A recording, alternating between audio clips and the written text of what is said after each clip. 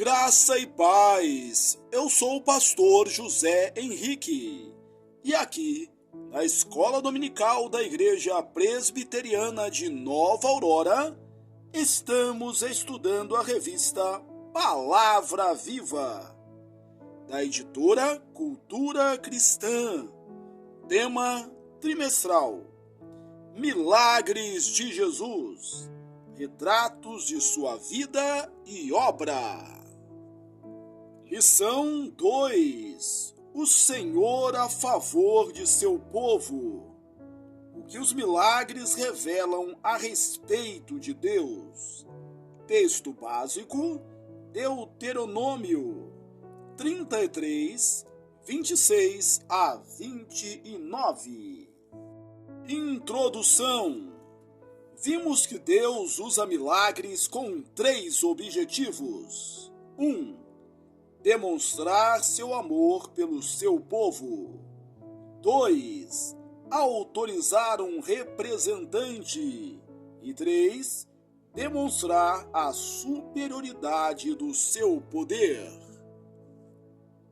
Nesta lição, aprenderemos que os milagres são maneiras sobrenaturais de Deus ensinar sobre o seu cuidado diário pelo seu povo.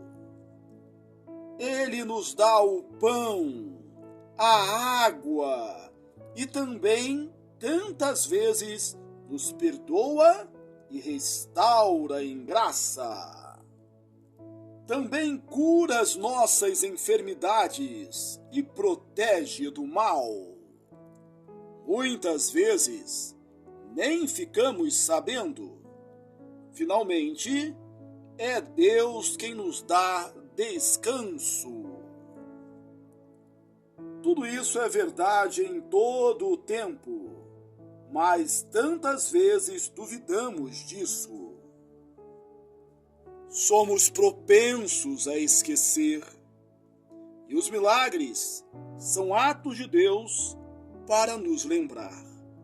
Vejamos como isso funciona. Tópico 1. Deus é provedor. Deus supre as nossas necessidades todos os dias. É Ele quem nos dá forças para ganhar o pão de cada dia. Foi Ele quem abriu uma porta de emprego e quem nos chamou para uma profissão. Ele envia a chuva e enche os reservatórios de água. Ele criou e sustém o ar que respiramos. Nesse sentido, não existe nada de natural na maneira em que Deus, em sua graça comum, supre as necessidades dos seres humanos e até mesmo dos animais. Salmo 104, 21 a 27. Alguns dos milagres que Deus fez por meio de Moisés e Josué apontam esse suprimento que Deus envia sempre e nos ensinam a confiar nele. 3 dias foi o tempo que demorou para o povo começar a reclamar depois da travessia do Mar Vermelho e da destruição do exército de Faraó. Israel andou 3 dias no deserto e não encontrou água. Êxodo 15, 22 a 27. Finalmente, encontraram água. E os mais apressados devem ter corrido para matar a sede. Mas eram águas amargas, impróprias para o consumo humano. Talvez fossem danosas à saúde. Houve murmuração contra Moisés, e o Senhor lhe ordenou que lançasse um tronco de uma árvore no lago. Milagrosamente, as águas se tornaram doces. Observamos no relato: 1. Deus revela mais de sua vontade ao povo, dando estatutos e ordenanças. Deus prova ao povo. O povo foi reprovado no teste. Deus lhe dá a promessa de que a obediência deles lhes preservaria a vida. 4. Deus se revela como o Iavé Rofeca, o Deus que cura ou sara. Logo depois, Deus os conduziu a um oásis paradisíaco, com uma fonte de água para cada tribo e 70 palmeiras, e ali eles acamparam por vários dias. Em Êxodo 16, 1 a 12, palavras ligadas ao verbo murmurar aparecem 7 vezes. O que começou em Mara continuou de maneira mais provocativa no deserto de Sim. A murmuração era feita de modo totalmente desrespeitoso. Êxodo 16, 3. Apesar de tal nível de reclamação, Deus bondosamente enviou cordonizes e pão do céu, a que eles chamaram pelo nome de maná, que significa "que é isso?". Êxodo 16, 13 a 36. Ao fazê-lo, Deus, primeiro, ensinou o seu povo sobre sua identidade confiável, versículo 12. Segundo, ensinou que o suprimento que ele envia é o suficiente e que deveriam confiar nele para o seu sustento diário, versículo 19.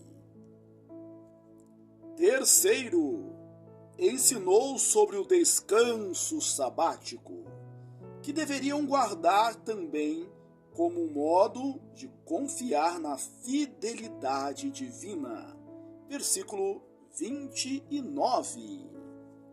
E quarto, ensinou que as gerações futuras deveriam aprender a respeito da fidelidade de Deus a partir dessa história, versículo 32.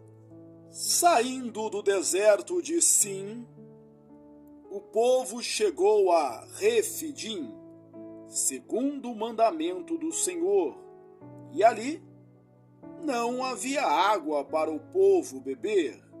Êxodo 17, 1. Então, novamente, o povo discutiu, murmurou e tentou ao Senhor.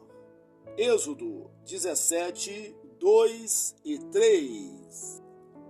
Nas palavras de Moisés, só faltou o povo apedrejá-lo. Êxodo 17, 4. Deus então pacientemente supriu a necessidade dos israelitas. Algumas lições desse episódio. 1. Deus, por vezes, conduzirá o seu povo a um lugar que não tem água. 2. Visto que somos povo de Deus e cuidados por Ele, devemos resistir à tentação de reclamar. 3. Deus se faz presente no meio do seu povo, e porque Ele está presente, há solução de problemas, mas também há exigência de santidade. Êxodo 17:6. Muitas vezes somos defrontados com algumas situações semelhantes a algo que já nos aconteceu. Situações e tentações que já enfrentamos, com sucesso ou fracasso. Foi isso que aconteceu com os israelitas. Mais de 35 anos depois do episódio acontecido em Massá, o povo está no deserto de Sim, mais especificamente em Cádiz. Mais uma vez falta água. Qual seria a reação deles dessa vez? Seguiriam os pecados de seus pais? Ou humildemente pediriam socorro ao Senhor, que tantas vezes provara a sua fidelidade? Eles se rebelaram de novo. Números 20, versículo 2 a 5. Esqueceram que o Senhor supria suas necessidades de maneira natural ou miraculosa. Esqueceram as muitas fidelidades do Senhor ao longo dos anos no deserto e das consequências terríveis dos pecados de seus pais. Não se lembraram de nada disso e reclamaram de novo da falta de comida e de água. Deus mandou Moisés falar com a rocha para que dela jorrasse água. Moisés, muito irado, feriu a rocha 2 vezes e deixou de dar glória a Deus. O lugar ganhou o nome de Meribá. Como essas histórias são muito parecidas, Massá e Meribá se tornaram proverbiais na revelação bíblica como símbolo do pecado e rebeldia do povo de Deus. Números 20, 13, 27, 14, Deuteronômio 32, 51, 33, 8, Salmo 81, 7, Salmo 95, 8, 106, 12, Ezequiel 47, 19, 48, 28, 1 aos Coríntios 10, 1 a 6 e aos Hebreus 3, 7 a 11. Cada um desses milagres de Deus tem lições específicas, mas uma verdade que todos eles transmitem é que Deus é o Todo-Poderoso Provedor. Sempre podemos ir a Ele clamando pelo pão de cada dia, pois é Ele quem supre as nossas necessidades básicas. Lucas 12, 28 a 30, Provérbios 10, 3, Salmo 78, 24, Êxodo 23, 25, Salmo 37, 25, 107, 9, 23, 1 e 2 e Ezequiel 34, 29. Tópico 2. Deus pune, perdoa, restaura e cura. Vários milagres de Deus no deserto o revelam como aquele que supre as necessidades de seu povo. Veremos nesse ponto que outros milagres de Deus o revelam como Deus que faz a ferida e cura. Jó 5,18, Oséias 6, 1-3. A punição, o perdão, a restauração e a cura são realidades constantes a respeito de Deus, mas os milagres deixam tais verdades mais visíveis. Por 2 vezes, Deus enviou codornas para o povo comer no deserto. A primeira foi em Êxodo 16, 11-13.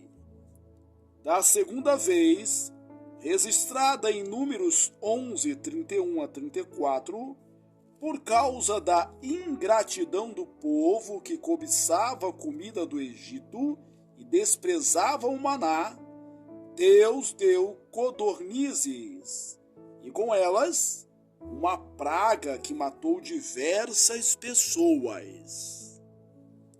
Embora, tecnicamente, não possamos chamar esse evento de milagre, pois não houve participação humana, Deus deixou bastante claro, por meio de uma ação sobrenatural direta, que ele exige santidade de seu povo. Em Números 12, 1-15, mais uma vez vemos Deus reivindicando a sua santidade. Miriam e Arão se rebelam contra a autoridade de Moisés, afirmando que eles também eram profetas, por meio de quem Deus falava com o seu povo. Depois de destacar a singularidade de Moisés e do relacionamento dele com Deus, o Senhor pune Miriam com lepra. Números 12, 6-10. Moisés, então, clama pela cura da irmã. A resposta de Deus mostra tanto sua ira justa contra o pecado de Miriam, quanto o seu amor perdoador. Números 12, 14. Deus envergonhou Miriam diante do povo por causa do seu pecado, mas continuava considerando-a como sua filha, e depois de 7 dias tirou dela a sua punição. Ele é o Deus que pune, mas também o que restaura e cura.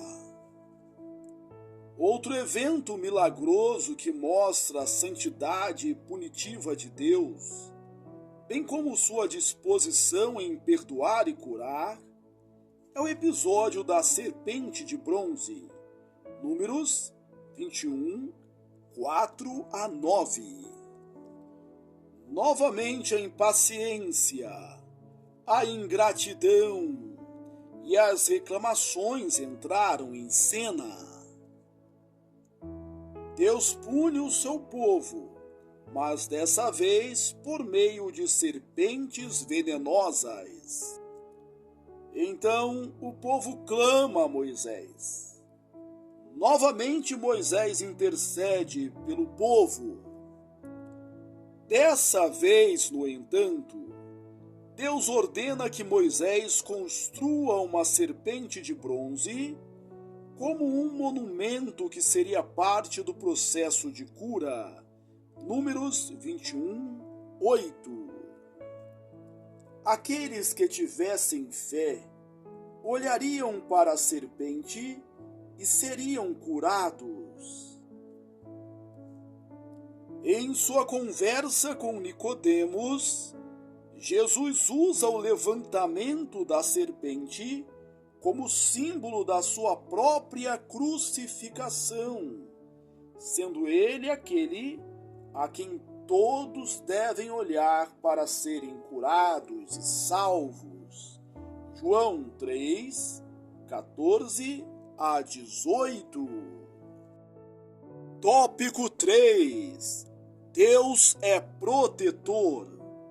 Por meio dos milagres na jornada rumo à terra prometida, Deus também se revelou como Deus protetor do seu povo. Yahvé havia prometido ao seu povo que lhe daria a terra e a vitória sobre os seus inimigos.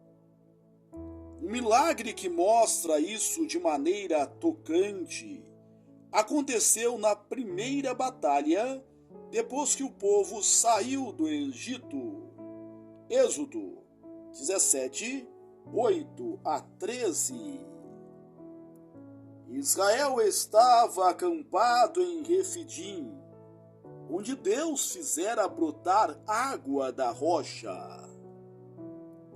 Vendo os israelitas acampados, a tribo seminômade dos amalequitas os atacou. Então, Moisés ordenou a Josué que reunisse um exército e os combatesse no dia seguinte. Enquanto Josué estivesse guerreando, Moisés estaria sobre o monte, com o bordão de Deus em mãos. Lembre-se do que aconteceu. Quando Moisés ficava com as mãos erguidas, os israelitas superavam o inimigo. Quando ele se cansava e baixava as mãos, os amalequitas venciam. Por isso, Arão e Hur colocaram Moisés sentado sobre uma pedra e ficaram aparando suas mãos até que os israelitas vencessem os filhos de Amaleque. Assim, logo na primeira batalha do povo rumo à terra prometida, Deus deixou claro que a vitória vem somente dele. Outro evento milagroso que mostra o cuidado divino por seu povo é o fato de, na caminhada de 40 anos pelo deserto, Deus ter preservado até mesmo as roupas e calçados dos israelitas. Deuteronômio 29, 5. Isso é o que Deus é e faz em todo tempo. Ele é o nosso protetor, ajudador, defensor e cuidador em todo tempo. Mesmo quando nossas roupas e calçados envelhecem, e Ele nos provê condições de termos outros.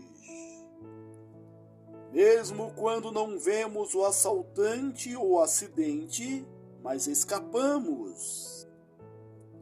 É Deus quem nos preserva ou nos sustenta em meio a tais situações. Conclusão: os milagres estudados nesta lição apontam para aspectos da relação pactual de Deus conosco. Ele é o provedor, aquele que pune, perdoa, restaura, cura e protege o seu povo.